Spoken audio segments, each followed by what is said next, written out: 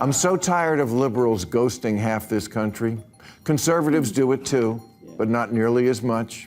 Look, whoever's doing it, it's got to stop, because we're at a point now where politics has broken up more families than letting your wife see your phone. Bill Maher is firing at the left once more, and this round it's about their growing contempt for America. Ever since Trump kicked off his second term, the same liberals who once hailed the country under Biden now turn their noses up at it. Maher sees the hypocrisy loud and clear. Rather than hopping on the anti-America bandwagon, he's boldly calling them out. As usual, hit that subscribe button for more videos like this, and let's dive in. Now, on the liberal side, there's two camps now. The we need to keep talking to people wing and the go no contact wing. That's what they call it now, go no contact. This belief that Trump voters, even if it's your own parents, are too deplorable for human contact and must be cut off. You know, like Scientologists do to suppressive people. Bill Maher is once again taking aim at the left, and this time he's calling out what he sees as a growing contempt for America itself. Since Trump began his second term, many of the same liberals who praised the country nonstop during the Biden years now suddenly act embarrassed by it. Maher sees the hypocrisy clearly and isn't staying quiet about it. Instead of joining the anti-America pile-on, he's calling his own side out, loudly. And as always, before we go any further, make sure you're subscribed for more breakdowns like this. Let's get into it. Former speechwriter for Obama named David Litt wrote an op-ed this year called, "Is it time to stop snubbing your right-wing family?" where he admitted he'd had a change of heart and that was the wrong approach. So, of course, then the woke wing tried to banish him for breaking ranks on their policy of hating people who don't agree with you on everything, because what fun is life if you're not cutting somebody off? Maher opened by criticizing Democrats for completely refusing to engage with anyone who voted for Trump. To them, Trump voters are treated as toxic, people you don't talk to, don't listen to, and certainly don't associate with. And he's not exaggerating. We've all seen the clips of Jimmy Kimmel's wife proudly admitting she sent letters to family members urging them not to vote for Trump, then cutting off contact with anyone who didn't comply. Instead of being condemned, this behavior was praised as morally righteous.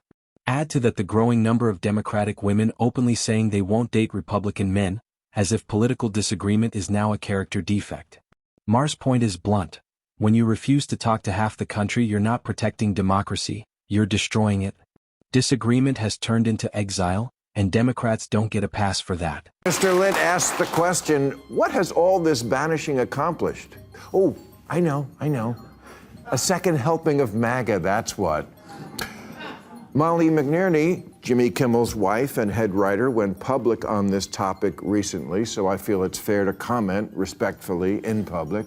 She says she's lost relationships with relatives because she wrote them an email before the election with 10 reasons why they shouldn't vote for Trump, and some still didn't obey.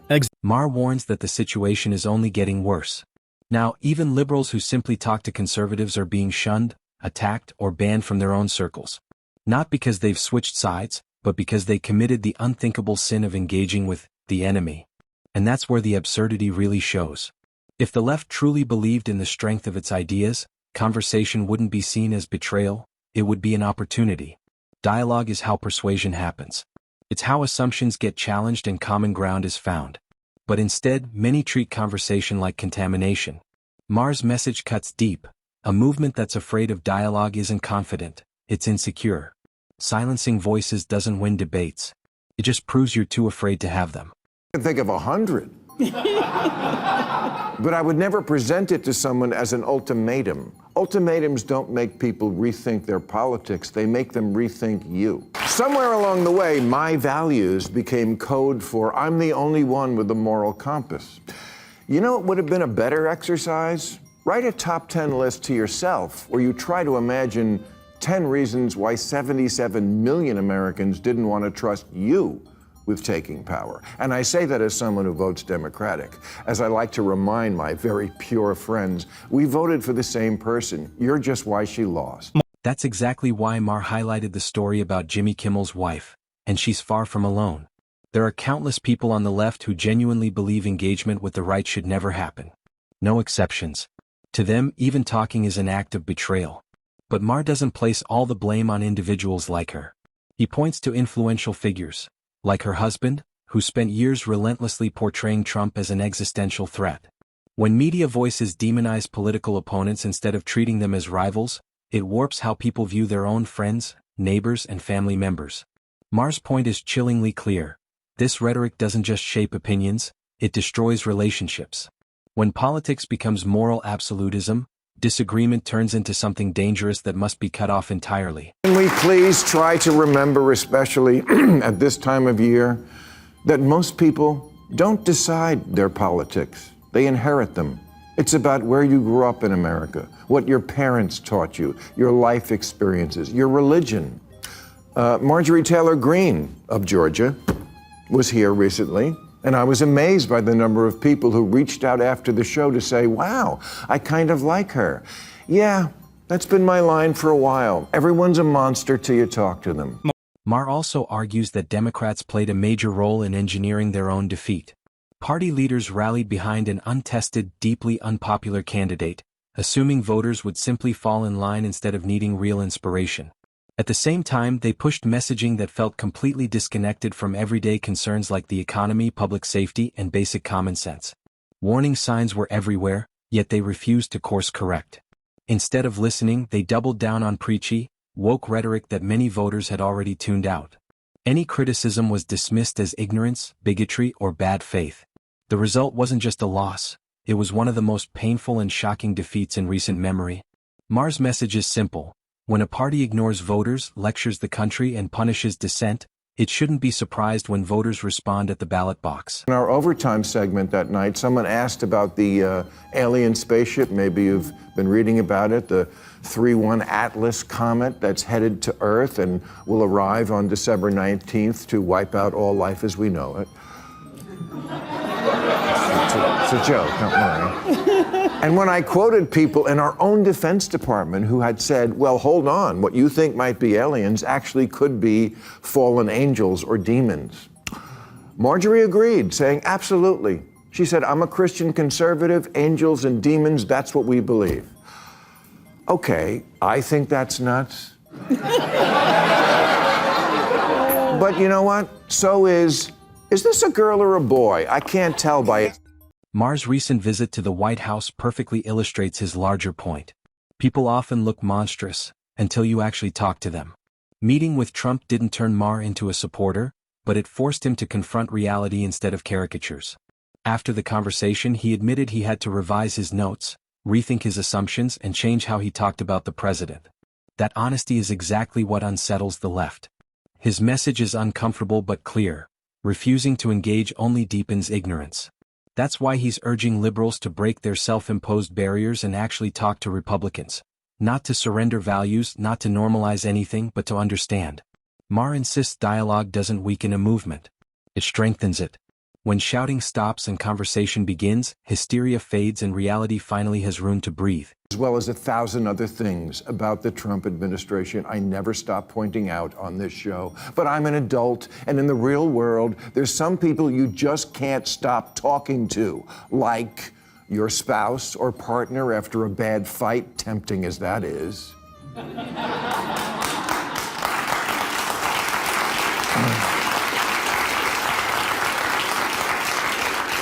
Like your of a boss, like your family, and like the President of the United States. This is so childish, so purely emotional.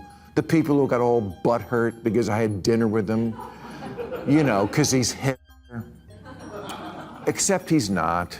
So unhelpful and dumb. Trump is the most supportive president Israel and the Jews ever had. And Maher's next point hits especially hard for many on the left. They are not the sole owners of intelligence, wisdom, or moral clarity. Truth is not their monopoly. Just like conservatives, they have their own blind spots, bad ideas, and half-baked theories. Maher isn't defending the right. He's dismantling the left's belief in its own intellectual superiority. And once that illusion cracks, the non-stop grandstanding collapses with it. When you assume you're automatically smarter and more virtuous than everyone else, you stop questioning yourself. Arrogance replaces reasoning. Maher argues that this smugness has hollowed out serious debate, turning politics into performance. Lectures, moral scolding, endless virtue signaling, it all means nothing if you can't defend your ideas without calling dissent stupid. His conclusion is simple: humility beats posturing every time. Every year I used to ask Larry David to do real time, and he'd always say, Bill, I can't. I'm not smart enough about politics to do your show. Yeah, I get that now.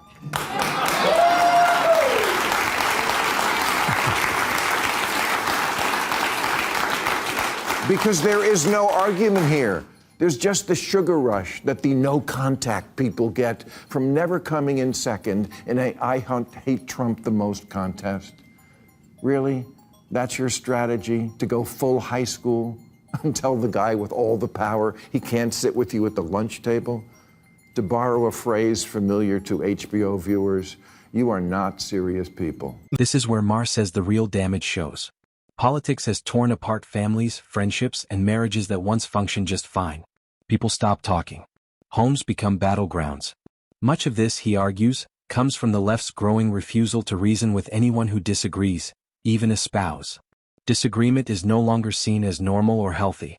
It's treated as a moral failure. Debate turns into dismissal. Compromise becomes contempt. When politics outweighs shared history, love, or mutual respect, something has gone seriously wrong. Maher's warning is stark. A society that can't handle disagreement at the dinner table is headed toward real dysfunction. If you can't talk to the person across from you, how do you expect to coexist with millions of strangers who think differently? Axios wrote a column in August entitled 11 Ways to Influence Trump, based on many interviews with people who have done that. Number 8, get face-to-face. The trick is getting in the room, away from cameras and social media. Trump will say or write horrible things, but rarely in person, one-on-one, where he comes off kinder, more interested, less erratic. Exactly. And there's a bunch of examples of this, most recently the CEO of Intel, who Trump was hating on, but then he met in person and now he's a great guy. Maher believes the reason for all this silence is fear. There's a growing anxiety on the left that they might actually lose arguments to conservatives on certain issues. So instead of debating, they avoid engagement altogether. That's why he called out Larry David, who publicly criticized him for visiting the White House and dining with Trump. The irony is hard to miss. Maher invited David on his show multiple times, but David declined, claiming he wasn't smart enough for political discussion. Yet somehow he felt smart enough to publicly shame Maher for a political decision. That contradiction perfectly captures Maher's argument. You can't hide from debate, say politics is beneath you, and still claim moral authority from the sidelines. Won't even recognize itself. That wraps up today's video. If you enjoyed it, hit like, subscribe, and I'll see you in the next one.